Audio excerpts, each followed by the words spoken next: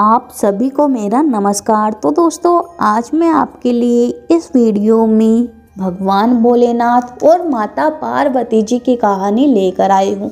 तो प्रेम से बोलिए भगवान भोलेनाथ और माता पार्वती जी की जय हो। दोस्तों, एक समय की बात है, कैलाश पर्वत पर भगवान शिव जी और माता पार्वती जी विराजमान थे। माता पार्वती जी ने भोलेनाथ से पूछा कि हे कैलाशपति, आप सदा अपने भक्तों का कल्याण करते हो, जिस कारण से वे सुख संपदा के साथ अपना जीवन व्यतीत करते हैं, परंतु यहाँ कैलाश पर्वत पर हम सभी सुखों से वंचित हैं। मुझे एक बार इस संसार में साधारण प्राणी बनकर रहना है, जिससे मैं भी घर गृहस्थी का सुख उठा सकूं। तब शिव जी ने कहा, पार्वती, तुम जिस सुख को पाने के लिए इस संसार में साधारण मनुष्य बनकर रहना चाहती हो, वहाँ लोग अपने कर्मों के कारण सुख दुख भोगते हैं। जो लोग सुखी दिखते हैं वे भी किसी न किसी दुख से दुखी रहते हैं। ऐसे में यदि हम उनके बीच में जाकर रहेंगे, हमें भी कष्ट उठाने पड़ेंगे।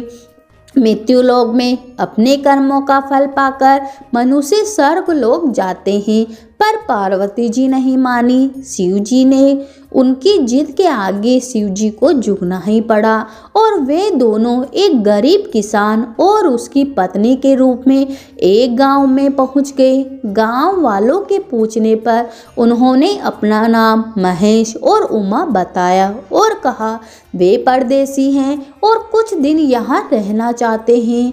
एक सेठ ने उन्हें रहने के लिए जगह दे दी और साथ ही अगले दिन से खेत पर मजदूरी करने के लिए कह दिया। पार्वती जी को बहुत बुरा लगा। अगले दिन सेठ का नौकर आया और बोला, सेठ जी ने तुम्हें काम पर बुलाया है। तब महेश ने कहा, मुझे तो खेती करना ही नहीं आता, मैं वहाँ कैसे काम करूँगा। तब नौकर ने कहा, यहाँ रहना है तो काम करो, नहीं तो जगह खाली करनी पड़ेगी और भूखा भी रहना पड़ेगा। शिव जी उनके साथ चल दिए। तब माता पार्वती जी ने उन्हें रोका और उन्होंने कहा, देवी, अब संसार के सुख दुख देखने ही पड़ेंगे। शिव जी के जाने के बाद गांव की एक औरत आई और पार्वती जी से कहा, तुम्हें कुएं से पानी भरकर लाना पड़ेगा। पार्वती जी ने कुएं से पानी भरा और घर आ गई। शाम को सेठ जी आए। उनका हाल देखकर पार्वती जी ने कहा, स्वामी, मैं आपको इस हाल में नहीं देख सकती।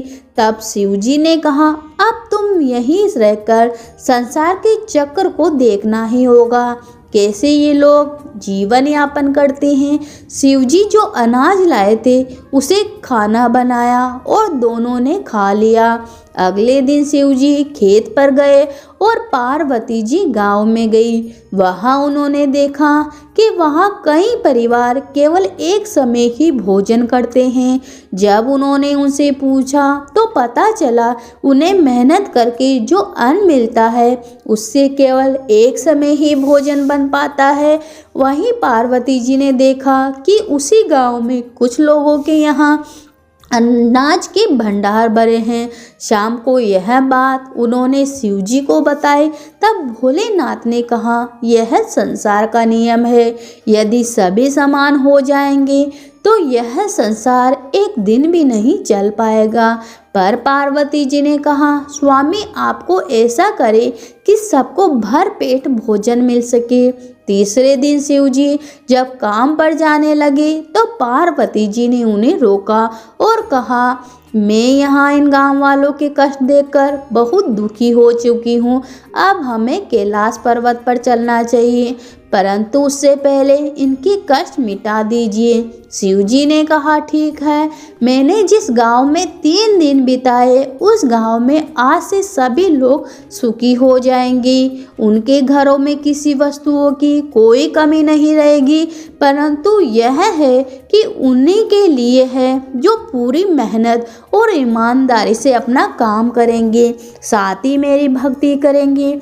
पापियों को इस संसार में कष्ट भोगने ही पड़ेंगे।